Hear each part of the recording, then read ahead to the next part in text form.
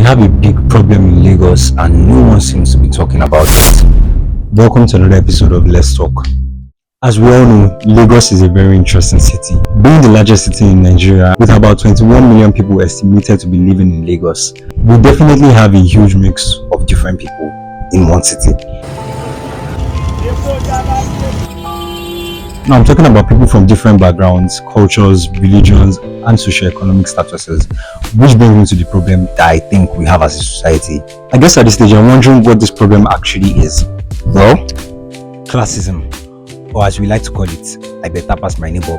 So in case some of you are wondering what the meaning of classism is, I went to go and look for the biggest dictionary I could find in this house. So let's take a look. Here it is. It says the prejudice or discrimination against people from a particular social class. So yep, that's basically it. It's just discriminating against people from a particular social class, whether lower or higher. It doesn't really matter depending on where you're standing on the spectrum. And I'll tell you why I think this is such a big problem in Lagos nowadays. I've lived in Lagos all my life. From the moment they gave birth to me till how I am like this today. Also being someone from kind of like a middle class family, my perspective on a lot of things has been kind of in like a balanced view. It's kind of like oh, you're in the middle of both sides and you can look up and you can also look down and you can put it into perspective. So I think I'm kind of able to speak on this topic in a way that many people might not have seen it before. So I've been in places where there are rich folks, I've been in places where there are middle class folks and the lower end folks. Now there's kind of like a mix that's like going on, but because of the classism and the levels that we have this classism in Lagos, that mix oftentimes is ruined or is prevented. As long as there's prejudice, as long as there's discrimination, there is going to be many limitations to how you can actually interact with people.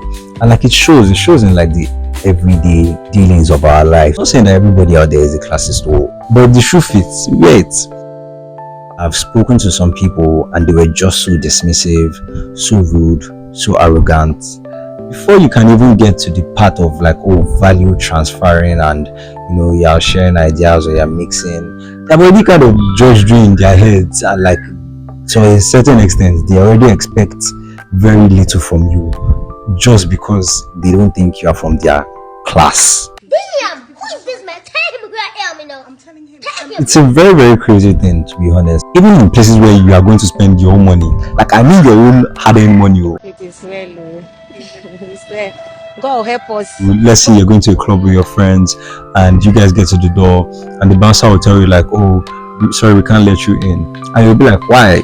Am I not coming to spend money here? Maybe they just don't put you in that profile where you can spend blah amount of money. It's not even a thing of all the people inside that club have more money than you. They just look at you like, this one no rich Jerry. You will enter and you will see people that have tables that are probably spending less than you, but because they are profiling you, you would have to do more or show more or spend more just to prove to them that you belong in that class of theirs. It's a very crazy way to live, even spreading into like other industries, into other areas, other walks of life, almost as if sometimes they don't even want to hear it from you, just because if you're like this now, like, or if you have not gotten to that stage or that level yet now, like why should I even bother listening to you? Like why should I waste my time on you? Value is not a respecter of class. Intelligence is not a respecter of class. In fact, class doesn't have to do with a lot of these things. A lot of people are just trying to like claim to be or pose to be what they are not, or to be where they are not. You see the limits that people will go to kind of like prove or to just belong or to just hang with people in that class. Like sometimes it will bust your head because all this for what? And this problem is something that cuts across. It's not limited to people of a specific age range. It's not limited to people of a specific culture or just people from a specific background. A lot of people out there engage in it knowingly or unknowingly. It's almost like everybody is constantly on their guard in Lagos. Everybody is constantly trying to outdo the next person, and I think it's something that holds us back in this city where there's so much potential to do so much more. I even think, generally speaking, as a people, we are too poor to be classist.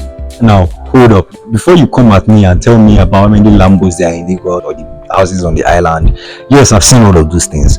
They are great, they are very expensive. In fact, there's plenty money in Lagos. You don't need to tell me that one. But when you actually look at the economy of Lagos, or like the people that are in Lagos, in the bigger sense of things, you really start to realize that affluence in Lagos is really just beside poverty.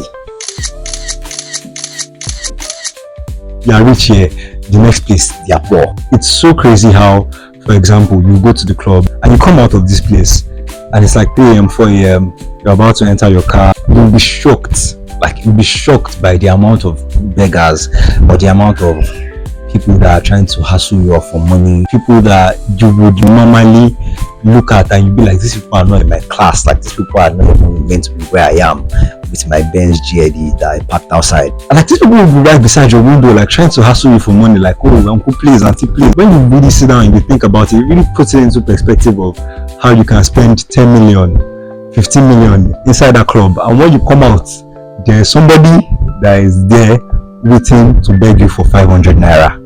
It's crazy. It's like day and night. So when you actually think of it, I don't think we're even well off to do generally as a people, where we would be totally alienated from the other classes that are behind us. Even Davido self, even Davido, when Davido comes out in his Lambo or in his Maybach or whatever car that he decides to drive, as rich as that nigga is, he still has people that are pursuing his car from the back, killing him, mobile, this, that, this, drop something for boys, this one for boys.